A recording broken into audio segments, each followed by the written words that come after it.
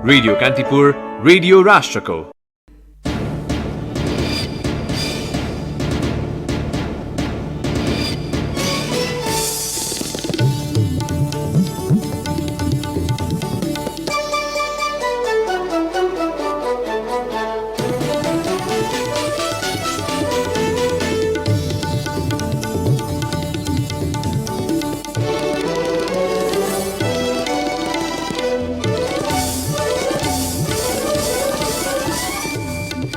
काठमाडौँमा अहिलेसम्मकै सर्वाधिक 652 सहित मुलुकभर पछिल्लो 24 घण्टामा 1539 जनामा कोरोना संक्रमण पुष्टि। संक्रमितको संख्या 58,000 नाग्यो। शंकास्पद मृत्यु भएकाको सबबाट नमुना निकाली पीसीआर परीक्षण नगर्ने सरकारको निर्णय। कोरोना महामारीकै कारण ऊर्जाका महत्वाकांक्षी आयोजना निर्माणमा ढिलाइ, अर्बौंको नोक्सानी, 1 लाख बढी श्रमिक प्रभावित। भोलिबाट लामो दूरीका सार्वजनिक सवारी चलाउन यातायात व्यवसायी र मजदुर सहमत, सरकारले तोकेका जनस्वास्थ्य मापदण्ड अपनाइने। भेनेजुएलामा मानवता विरुद्धको अपराध मौलाएको संयुक्त राष्ट्र संघको दावी। र मैत्रीपूर्ण फुटबल खेलका लागि विभिन्न मुलुकबाट प्रस्तावको ओइरो, खेलकुद गतिविधि शुरू गर्ने बारे सरकारको निर्णय कुर्दै इन्फा। नमस्कार, कान्तिपुर डायरीका साथमा सहकर्मी इन्द्र लक्ष्मी र म पार्वता। समाचार अब विस्तारमा।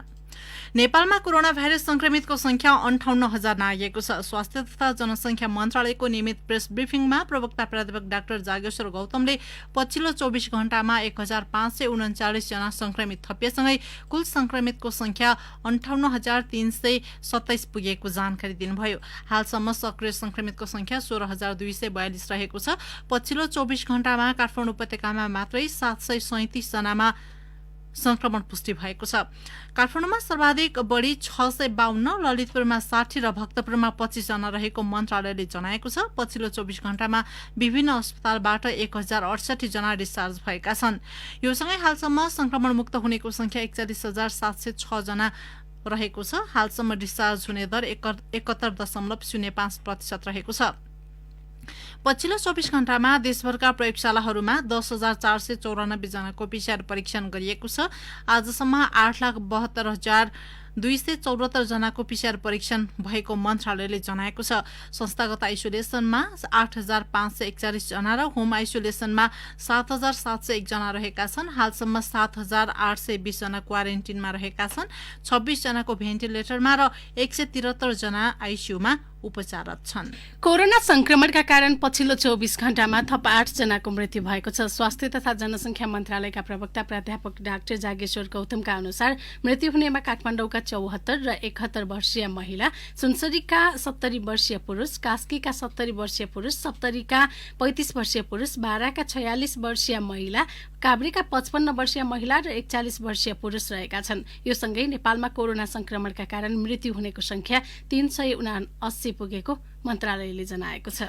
शंकास्पद मृत्यु भएकाको नमुना निकालेर पीसीआर परीक्षण गर्नु नपर्ने भएको छ। स्वास्थ्य तथा जनसंख्या मन्त्रालयको इन्सिडेन्ट कमान्ड सिस्टमको बैठकले कोरोना परीक्षण सम्बन्धमा सबबाट नमुना निकाली पीसीआर परीक्षण नगर्न र नगराउन निर्देशन दिएको हो। मन्त्रालयले आयोजना गरेको नियमित मिडिया ब्रिफिङमा प्रवक्ता डाक्टर जागेश्वर गौतमले सब व्यवस्थापन गर्दा सबै सावधानी अपनाएर दाह संस्कार गर्ने र निजको सम्पर्कमा आएकाहरू अनिवार्य क्वारेन्टिनमा बस्नुपर्ने बताउनुभयो।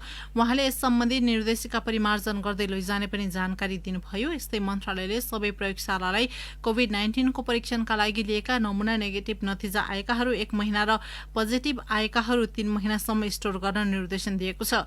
प्रवक्ता डाक्टर गौतमले पीसीआर परीक्षण रिपोर्ट दिँदा सिटी भ्यालु समेत उल्लेख गरेर दिन प्रयोगशालालाई आग्रह गर्नुभयो। सिटी भ्यालुले कति चक्रमा शंकास्पद नमुनाको भाइरसको अवशेष देखियो भन्ने जानकारी दिन्छ।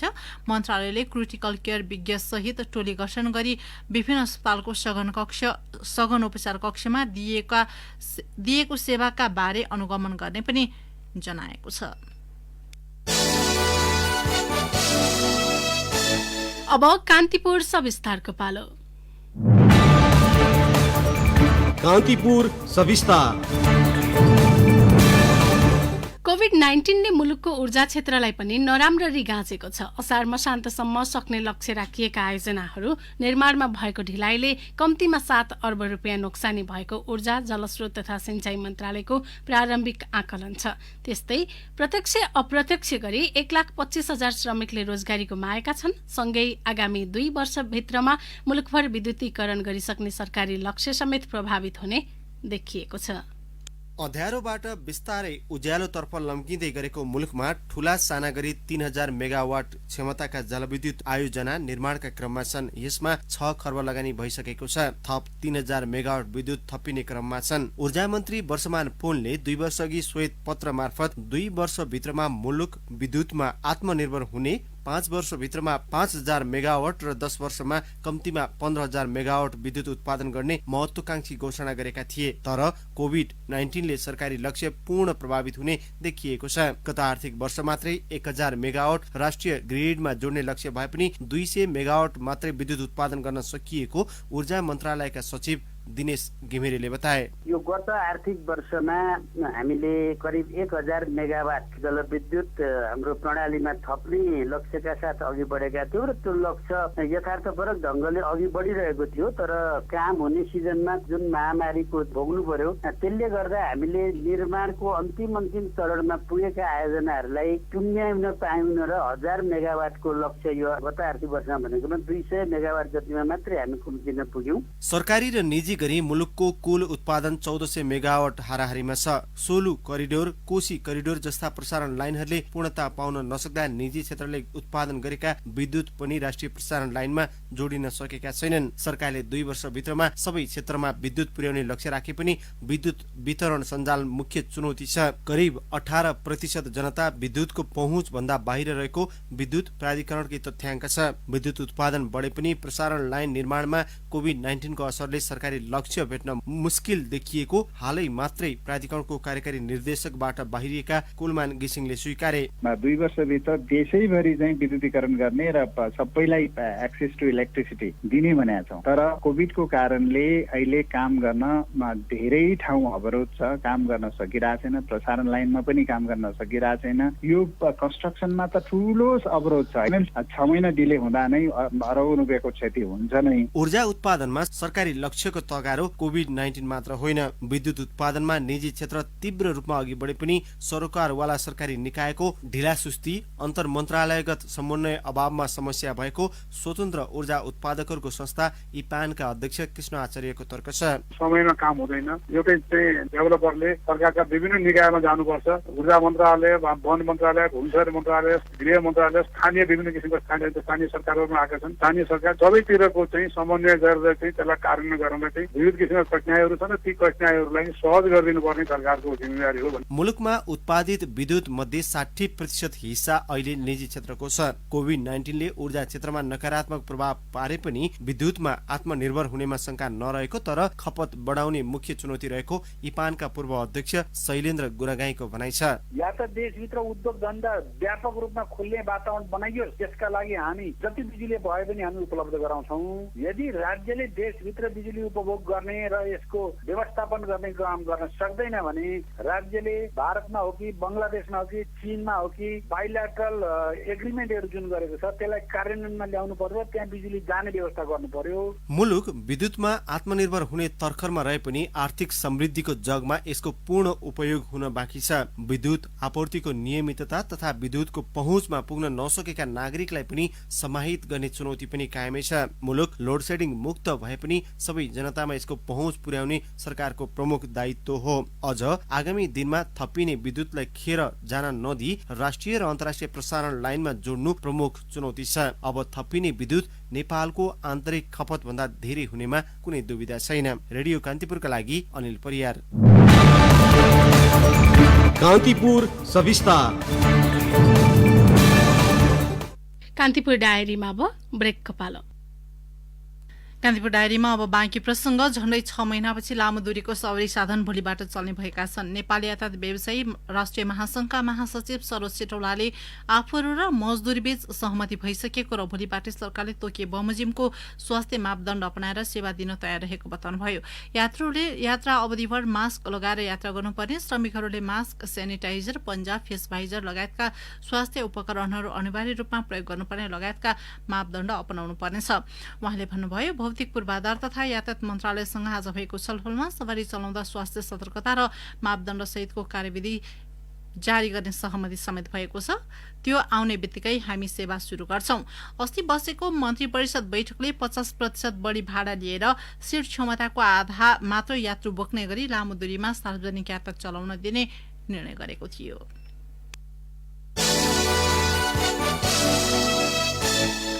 मुलुकमा नयाँ संविधान जारी भएको आधा दशक हुनै आँटेको छ। आफ्नै हातले संविधान लेखेको भनेर जस लिने जनता आफैले चुनेर पठाएका प्रतिनिधि र सरकारको काम कारबाहीबाट आजित छन्। जनचाहना एकातिर र सरकारी निर्णय अर्कोतिर भएपछि नागरिक वाक्क दिक्क हुनु स्वाभाविक हो। तर यस्तो रवैया गणतन्त्रको ऐजेर पो हुने हो कि भन्ने आशंका पनि पैदा भएको छ। एक विश्लेषण। संयोग कस्तो पर्यो भने एउटै मान्छेले कति फरक पार्न सक्छ भन्ने उदाहरण बनेका कुलमान घिसिङको बहिर्गमन र हालसालै अर्थ तथा संचार मन्त्रीबाट राजीनामा दिएका युवराज खतिवड़ाको बालुवाटार प्रवेशको निर्णय सार्वजनिक एकै दिन भयो। दुवै व्यक्ति कसै न कसैलाई नभई नहुने। कुलमान जनताका प्यारा र युवराज प्रधानमन्त्रीका सायद कमजोरी। भौतिकवादले कुनै पनि चीज वस्तु निर्विकल्प हुन्न भन्छ, तर आफूलाई भौतिकवादी भन्नेहरू भक्तहरूलाई कुनै पनि पदका लागि सुयोग्य र निर्विकल्प देख्छन् भन्ने मान्यता पछिल्लो समय सरकार स्वयंले स्थापित गर्न थालेको छ। 2.5 वर्ष अघि अर्थमन्त्री बन्दा खतिवड़ा प्रति आशावादी रहेकाहरू पनि उहाँको बहिर्गमनमा दुखी हुनु परेन। अल्मलिएको अर्थतन्त्रलाई कमान्ड गर्न नसकेको अपजस मात्रै होइन, शास्त्रीय ज्ञानले मात्रै मुलुकको अर्थतन्त्रले स्पष्ट कार्यदिशा समेत दिन सक्दैन भन्ने लिगेसी खतिवड़ाले स्थापित गर्नुभयो। तैपनि उहाँको अनुपस्थितिले सरकार चल्न नसक्ने जस्तो गरी प्रधानमन्त्रीका विशेष आर्थिक सल्लाहकारकै रूपमा भए पनि शक्तिमा स्थापित गर्ने काम भएको छ। अर्कोतिर उज्यालो नेपालको सपनालाई साकार पार्ने कुलमान जनताको चाहनाका बावजुद दोस्रो कार्यकालका लागि योग्य ठहरिनु भएन। राम्रो हेर्ने कि हाम्रो भन्नेमा सरकारले आँखा चिम्लिएरै हाम्रो रोज्यो। विधि प्रक्रियाहरूले कुलमानको पुनर्नियुक्तिमा बाधा पर्ने भए पनि त्यसबारे कुनै जानकारी नगराई सामाजिक सञ्जालले नियुक्त गरेको कुलमान बारे सरकारलाई थाहा हुन्न भन्ने टर्रो जवाफ सरकारका प्रवक्ताले दिए। यसले जनभावनामा कुठाराघात गर्यो। हुन त प्रतिनिधि सभा निर्वाचनमा पराजित नेकपाका उपाध्यक्ष वामदेव गौतमलाई राष्ट्रिय सभामा सिफारिस गर्ने निर्णय गरेर सरकारले जनभावना र जनमतको हुर्मत त लिइसकेकै थियो। यस्ता अलोकप्रिय निर्णय गरेर झण्डै 2/3 सरकारले दिन खोजेको सन्देश सिधा छ, तिमीहरू जेसुकै भन, हाम्रा मान्छेलाई नै सरकारले काखी च्याप्छ। प्रधानमन्त्री केपी शर्मा ओलीको सुखी नेपाली समृद्ध नेपालको आलोकको क्षयीकरण यस्तै निर्णयहरूका कारण अवश्यम्भावी छ भन्नेहरूले त एउटै व्यक्तिलाई मात्र पद किन समेत भने, तर कसैका सम्धिलाई 7 पटकसम्म लाभको पद, चुनाव हारेकाहरूलाई जस्केलाबाट राष्ट्रिय सभामा लैजाने, सरकारी जागिर सकिना साथ अर्को नियुक्ति दिन मिल्ने देशमा कुलमानको दोस्रो कार्यकाल तर्कसंगत भएन। राजनीतिक नेतृत्वलाई रिजाउन सक्दैनौ भने तिमी उच्च पदमा कायम रहन सक्दैनौ भन्ने सन्देश सरकारले दिएको छ र जसले राजनीतिक नेतृत्वलाई रिजाए उनीहरूलाई माखो नमारी पदबाट बाहिरिने छुट पनि छ। अहिले कुलमानको पक्षमा देखिएका जनता उज्यालो प्राप्ति पछिको आभार प्रकट गर्नका लागि मात्रै सडकमा ओर्लिएका होइनन्। राजनीतिक मूल्य र मान्यता विपरीत भइरहेका पछिल्ला निर्णय अनि सरकारी कार्यशैलीको वितृष्णाले धकेलिएर सडकसम्म ल्याइ पुर्याइएका हुन्। आफ्नालाई मात्रै च्याप्दा 2 शताब्दी लामो इतिहास बोकेको राजतन्त्र सकिएर गणतन्त्र सुरुवात भयो र राजनीतिक परिवर्तन पछि नैतिकताको खडेरी परेको अवस्थामा नवराजतन्त्र उन्मुख राजनीतिलाई बेलैमा नैतिकताको लिकमा ल्याउन सकिएन भने वर्तमान व्यवस्था गणतन्त्रको ऐजेरू बन्न बेर छैन। रेडियो कान्तिपुरका लागि पवन आचार्य। राष्ट्रिय परीक्षा बोर्डले कक्षा 12 को परीक्षा अनलाइन वा विद्यार्थीको घर पर्ने परीक्षा केन्द्रबाट गर्न सरकारलाई प्रस्ताव गरेको छ। परीक्षा नियन्त्रक कृष्ण प्रसाद शर्माले शिक्षा विज्ञान तथा प्रविधि मन्त्रालयलाई अनलाइन वा विद्यार्थी रहेको स्थानबाट परीक्षा सञ्चालन गर्न प्रस्ताव पठाइएको बताउनुभयो। शिक्षा मन्त्रालयले सो प्रस्ताव मन्त्री परिषदमा लगेर स्वीकृत गराएपछि मात्र कार्यान्वयनमा आउनेछ। कुल 100 पूर्णाङ्क मध्ये 40 नम्बरको अनलाइन परीक्षा गर्ने बोर्डले जनाएको छ। विद्यार्थीले कक्षा 11 मा प्राप्त गरेको अङ्कको आधारमा 40 पूर्णाङ्क र 20 पूर्णाङ्कको प्रयोगात्मक परीक्षा गरिने बोर्डले जनाएको छ। फेस टु फेस विधिबाट परीक्षा लिन सम्भव नहुने भएकाले रोकिएको परीक्षा गर्न यस्तो प्रस्ताव गरिएको हो। यसको विकल्पमा परम्परागत विधिमा विद्यार्थीलाई घर पर्ने परीक्षा केन्द्रबाट परीक्षा दिन पाउने प्रस्ताव पनि तयार गरिएको छ। यसको लागि बोर्डले विद्यार्थी रहेको स्थानको तथ्याङ्क संकलन गरिरहेको छ। वैशाख पहिलो साता सञ्चालन हुने कक्षा 12 को परीक्षा लकडाउनका कारण स्थगित गरिएको थियो। कक्षा 12 मा 4,32,000 परीक्षार्थी छन्। कक्षा 10 र 11 को परीक्षा भने विद्यालयले गरेको आन्तरिक मूल्याङ्कनका आधारमा सम्पन्न गरिएको थियो। कक्षा 12 विद्यालय तहको अन्तिम कक्षा भएकाले बोर्डले नै परीक्षा सञ्चालन गर्नुपर्ने पदाधिकारीहरूले बताउँदै आएका छन्। पूर्व प्रधान न्यायाधीश अनिरुद्ध प्रसाद सिंहको निधनमा भोलि एक दिन मुलुकभरका अदालत शोक वेदामा बन्द हुने भएका छन्। सर्वोच्च अदालतको आज बसेको आकस्मिक पूर्ण बैठकले सिंहको निधनप्रति दुःख व्यक्त गर्दै सर्वोच्च अदालत सहित मुलुकभरका उच्च अदालत, जिल्ला अदालत, विशेष अदालत र न्यायाधिकरणहरू भोलि शोक विदाका रूपमा बन्द गर्ने निर्णय गरेको हो। बैठकपछि जारी विज्ञप्तिमा सिंहको निधनबाट राष्ट्रले एउटा सच्चा राष्ट्रप्रेमी र न्यायिक व्यक्तित्व गुमाएको उल्लेख छ। उहाँकै कार्यकालमा शुरू भएको नेपाल कानून पत्रिकाको प्रकाशनले आजसम्म पनि निरन्तरता पाएको छ। सप्तरीमा 1976 सालमा जन्मिएका सिंहले 37 वर्षकै उमेरमा 2013 साल जेठ 8 गते प्रधान न्यायाधीश नियुक्त भई 2016 साल असार 15 गतेसम्म काम गर्नुभएको थियो। उहाँको हिजो साँझ निधन भएको हो। औषधि व्यवस्था विभागले विभिन्न 4 कम्पनीका गुणस्तरहीन सेनिटाइजरको बिक्री वितरणमा प्रतिबन्ध लगाएको छ। विभागले चीनको ग्वान्जौ स्थित ओपा non washing antibacterial solution, Lalitpur स्थित सम्पदा हेल्थ केयरको सासा ह्यान्ड सेनिटाइजर, भारतको आरएल कोर्पको पामा केयर ह्यान्ड सेनिटाइजर र काठमाडौँको श्रीनाथ हर्बलको युनिकेयर ह्यान्ड सेनिटाइजर बिक्री वितरणमा रोक लगाएको हो। बजार अनुगमनका क्रममा ती कम्पनीले उत्पादन गरेका सेनिटाइजर गुणस्तरहीन भएको पाइएकाले प्रतिबन्ध लगाइएको विभागले जनाएको छ। सेनिटाइजर उत्पादनको मापदण्ड विपरीत विषाक्त रसायन समावेश भएको र न्यून गुणस्तरको पाइएकाले मानव स्वास्थ्यमा गम्भीर असर पर्ने भन्दै यसको प्रयोग नगर्न सर्वसाधारणलाई विभागले आग्रह समेत गरेको छ। गत शनिबार मात्रै मापदण्ड विपरीत विषाक्त मिथानोल हालेर सेनिटाइजर उत्पादन गरेको भन्दै काठमाडौँका 4 र भक्तपुरको 1 गरी 5 वटा उद्योगलाई विभागले कारबाही गरेको थियो।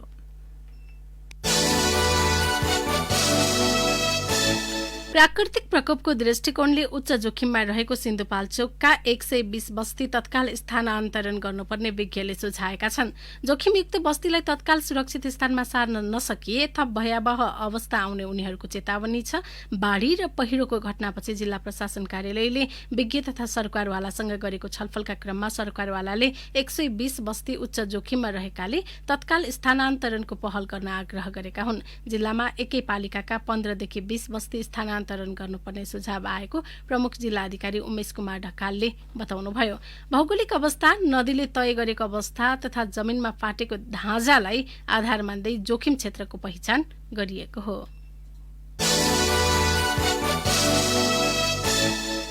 रौतहटका एक युवकको हत्या गरेको आरोपमा पक्राउ परेका 7 मध्ये 3 जनालाई जिल्ला अदालत गौरले पूर्वपक्षका लागि थुनामा राख्न आदेश दिएको छ। घटनाका मुख्य योजनाकार भनेर पीडितले किटानी जाहेरी दिएका 1 जना भने साधारण तारिखमा छुटेका छन्। रौतहटको गरुडा नगरपालिका 8 जिंगडियाका 20 वर्षीय निरञ्जन रामको हत्या गरेको आरोपमा पक्राउ परेका स्थानीय अर्जुन राम, अजय कुमार रञ्जन र शेख आजादलाई अदालतले पूर्वपक्षका लागि थुनामा राख्ने आदेश दिएको हो।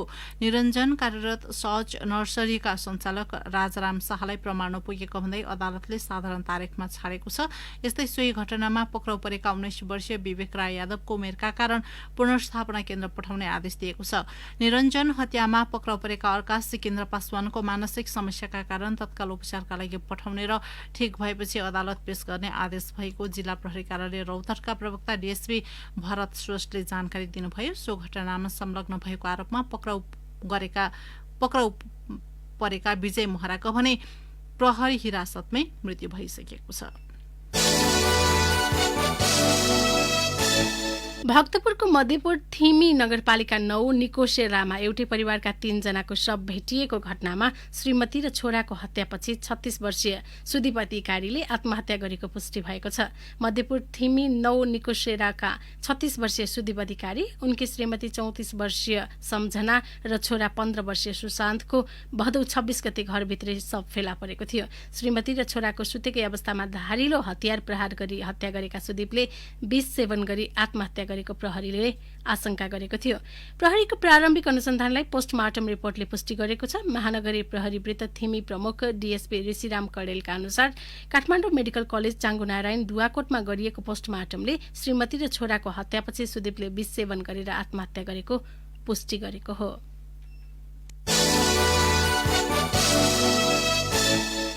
हिमाल आरोहणका लागि बहराइनका राजकुमार सहित 18 जनाको टोली काठमाडौँ आइपुगेको छ। बहराइन डिफेन्स फोर्समा कार्यरत 15 जना र 3 जना बेलायती नागरिक सहितको टोली लिएर आएको चार्टर्ड विमान बिहान 11 बजे काठमाडौँ अवतरण गरेको त्रिभुवन विमानस्थलले जनाएको छ। 2 महिने नेपाल भ्रमणका क्रममा राजकुमारले लोबुचे र मनास्ट्रो हिमाल आरोहण गर्ने तालिका छ। सो टोलीले स्वास्थ्य सम्बन्धी सम्पूर्ण मापदण्ड पूरा गरेर हिमाल आरोहण गर्ने बहराइन स्थित नेपाली दूतावासले जनाएको छ।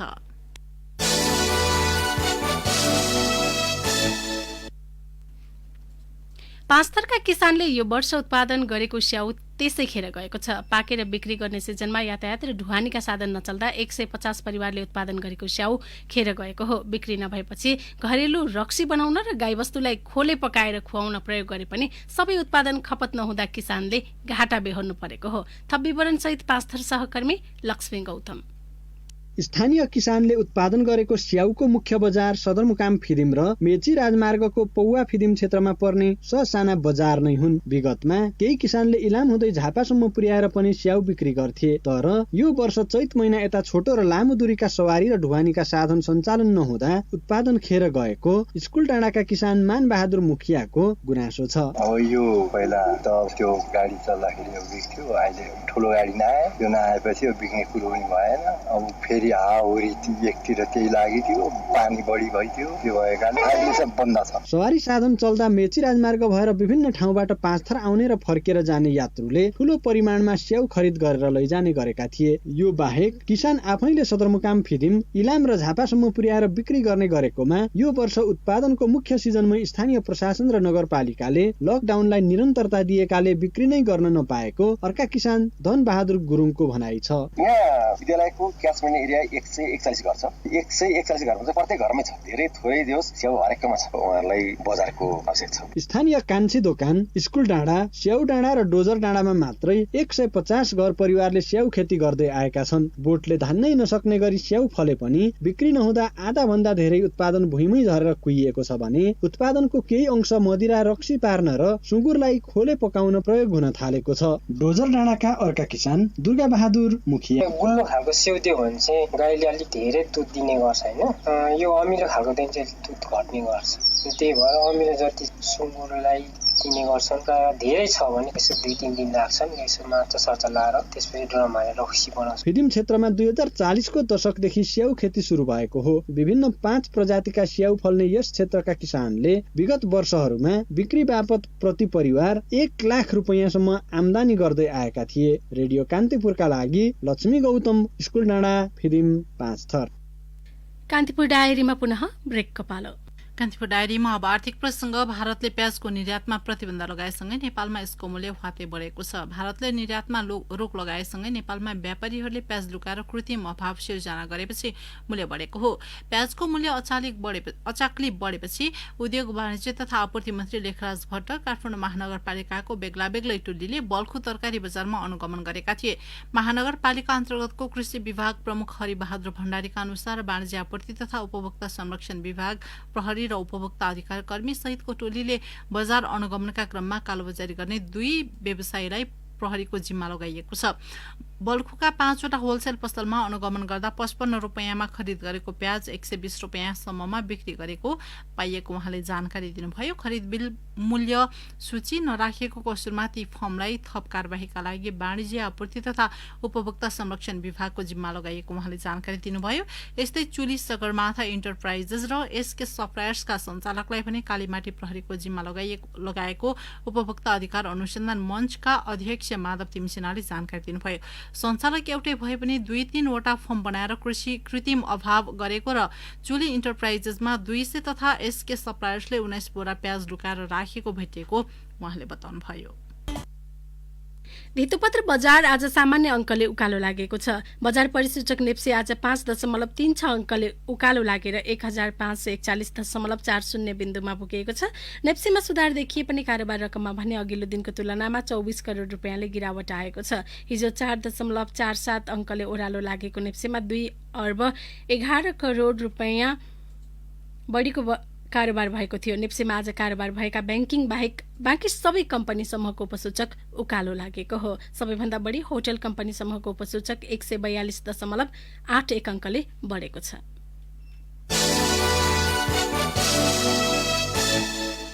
अब अन्तर्राष्ट्रिय प्रसङ्ग। संयुक्त राष्ट्रसङ्घ अन्तर्गतको मानवाधिकार परिषदका खोजकर्ताले भेनेजुएलामा मानवता विरुद्ध अपराध मौलाएको दावी गरेका छन्। भेनेजुएलाको सरकारले मानवाधिकारको चरम उल्लङ्घन गरेको तथ्य सार्वजनिक गर्दै सरकार आफै हत्या, हिंसा, यातना तथा अपहरण र बेपत्ता बनाउने जस्ता मानवता विरोधी गतिविधिमा संलग्न रहेको पाइएको दावी गरेको हो। अनुसन्धानका क्रममा सन् 2014बाट नै भेनेजुएलाको राजनैतिक विरोधीलाई दबाउनका लागि सरकारकै निर्देशनमा हत्या, हिंसा मौलाएको आरोप लगाइएको छ। राष्ट्रपति निकोलस मडुरो नेतृत्वको सरकार यी सबै गतिविधिबारे जानकार भए पनि ठोस कदम नउठाएको उनीहरूको आरोप छ। मानवता विरोधी सबै अपराधको जिम्मा सरकारले नै लिनुपर्ने जनाइएको छ। यद्यपि संयुक्त राष्ट्रसङ्घका लागि भेनेजुएलाका प्रतिनिधि जर्ज भलेरोले सो आरोपको खण्डन गर्दै राष्ट्रपति निकोलस मडुरोलाई फसाउनका लागि सो आरोप लगाइएको दावी गर्नुभएको छ।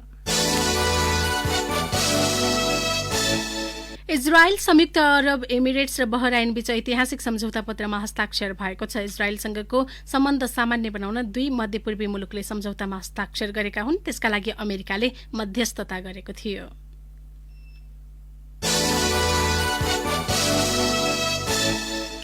अब खेल प्रसङ्ग। कोरोना महामारीपछि स्थगित खेलकुद गतिविधि ठप्प रहेकै बेला मैत्रीपूर्ण फुटबल खेलका लागि नेपाललाई 3वटा प्रस्ताव आएको छ। आगामी नोभेम्बर र डिसेम्बरमा मैत्रीपूर्ण खेलका लागि मंगोलिया, बंगलादेश र डोमिनिकन रिपब्लिकबाट प्रस्ताव आएको अखिल नेपाल फुटबल संघ एन्फाले जनाएको छ। छिमेकी भुटानमै पनि खेलकुदको गतिविधि सुरु हुने आँट्दा समेत नेपालमा खेलकुद कसरी पुनः सञ्चालन गर्ने भन्ने बारे पर्याप्त छलफल समेत हुन सकेको छैन। युरोपमा त फुटबलको नयाँ सिजन समेत सुरु भइसकेको छ। त्यस्तै टेनिस, क्रिकेट र अनेक खेल समेत सुरु भइसकेका छन्। एन्फा प्रवक्ता किरण राईले विभिन्न देशबाट मैत्रीपूर्ण खेलका लागि प्रस्ताव आए पनि सरकारबाट स्वीकृतिका लागि पर्खेर बसेको बताए। सरकारले खेलकुद गतिविधि सुरु गर्ने बारे कुनै निर्णय नगरेकाले आफूले ती देशलाई जवाब समेत पठाउन नसकेको राईको भनाइ छ। विश्वकप छनौटका बाँकी खेलहरू समेत स्थगित भएपछि एन्फाले प्रशिक्षणका लागि खेलाडीको कोरोना परीक्षण गराएको थियो, तर निषेधाज्ञा जारी भएपछि सबै खेलाडी घर फर्किएका छन्। 6 महिनासम्म प्रशिक्षण गर्न नपाउँदा खेलाडीको क्षमता र शैलीमा ह्रास आउने भन्दै एन्फाले सुरक्षा सावधानी अपनाएर खेलकुद गतिविधि गर्न दिन सरकारलाई आग्रह गरेको छ। एन्फा अध्यक्ष कर्मा छिरिङ शेर्पाले खेलकुद मन्त्रालय र सरकारवाला निकायलाई धेरै पटक यसबारे अनुरोध गरे पनि जवाफ नआएको बताए। अन्त्यमा बुलेटिनका प्रमुख प्रसङ्ग पुनः एकपटक। काठमाडौँमा अहिलेसम्मकै सर्वाधिक 652 सहित मुलुकभर पछिल्लो 24 घण्टामा 1539 जनामा कोरोना संक्रमण पुष्टि। संक्रमितको संख्या 58,000 नाग्यो। शंकास्पद मृत्यु भएकाको सबबाट नमुना निकाली पीसीआर परीक्षण नगर्ने सरकारको निर्णय। कोरोना महामारीकै कारण ऊर्जाका महत्वाकांक्षी आयोजना निर्माणमा ढिलाइ, अरबौंको नोक्सानी, 1 लाख बढी श्रमिक प्रभावित। भोलिबाट लामो दूरीका सार्वजनिक सवारी चलाउन यातायात व्यवसायी र मजदुर सहमत। सरकारले तोकेका जनस्वास्थ्य मापदण्ड अपनाइने। भेनेजुएलामा मानवता विरुद्धको अपराध मौलाएको संयुक्त राष्ट्रसङ्घको दावी। र मैत्रीपूर्ण फुटबल खेलका लागि विभिन्न मुलुकबाट प्रस्तावको ओइरो। खेलकुद गतिविधि सुरु गर्ने बारे सरकारको निर्णय खुल्दै हवस् त यिनै प्रसङ्गसँगै कान्तिपुर डायरीको यो बुलेटिन यही सकिन्छ। 8 बजे हामी सेक्युरिटी एन्ड क्राइम डायरीका साथमा उपस्थित हुने नै छौँ। अहिलेलाई इन्द्र लक्ष्मी र म पार्वती आज्ञा माग्छौँ। नमस्कार।